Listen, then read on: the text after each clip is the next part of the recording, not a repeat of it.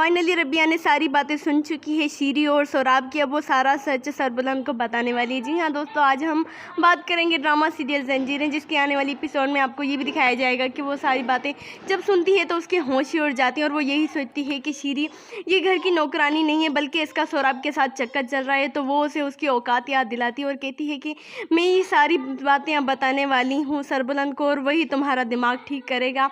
तो ये सब बातें सुनकर बहुत ज़्यादा शीरी को गुस्सा आ जाता है और वो डर जाती है कि उसका अब सारा सच सब लोगों के सामने आने वाला है। और एक तरफ से उसे यही बोलती है रबिया कि मैं तुम्हें माफ़ नहीं करूँगी, तुमने ही बानो को जान से मरवाने की कोशिश की है और उसकी कातिल तुम हो। अगर कुछ भी हुआ बानो को तो हम तुम्हें पुलिस के हवाले कर लेंगे। और ये सब बातें सुनने के बाद तो शीरी को अपनी गलती का एहसास होता है, लेकिन वो बहुत ज़्यादा डर जाती है और वो जाकर सोराब को सारी बातें बताती है कि उनका सच अब सरबुलंद के सामने आने वाला है। और दूसरी तरफ से आपको ये भी दिखाया जाएगा कि वो जाएगी सरबुलंद के पास और यही बताएगी कि यही है तुम्हारी बानो की कातिल। और ये सब बातें सुनकर उसके होश ही उड़ जाएंगे और वो यही सोचेगा कि अब वो शीरी को भी घर से निकाल देगा और जो सोराब है उसको भी घर से निकाल देगा। और वो बहुत ज़्यादा परेशान हो जाता है कि ये सब कुछ क्या हो रहा है। लेकिन वो रबिया उसे सारी बातें बताती है और कहती है कि वो कभी भी परेशान ना हो, वो उसका साथ कभी नहीं छोड़ेगी। और सारी बातें बताती है और कहती है कि चाहे कुछ भी हो जाए मैं ऐसा बिल्कुल भी नहीं करूँगी। सोराब और शीरी की यही सच्चाई है और इन दोनों को आप घर से निकाल दें। तो वो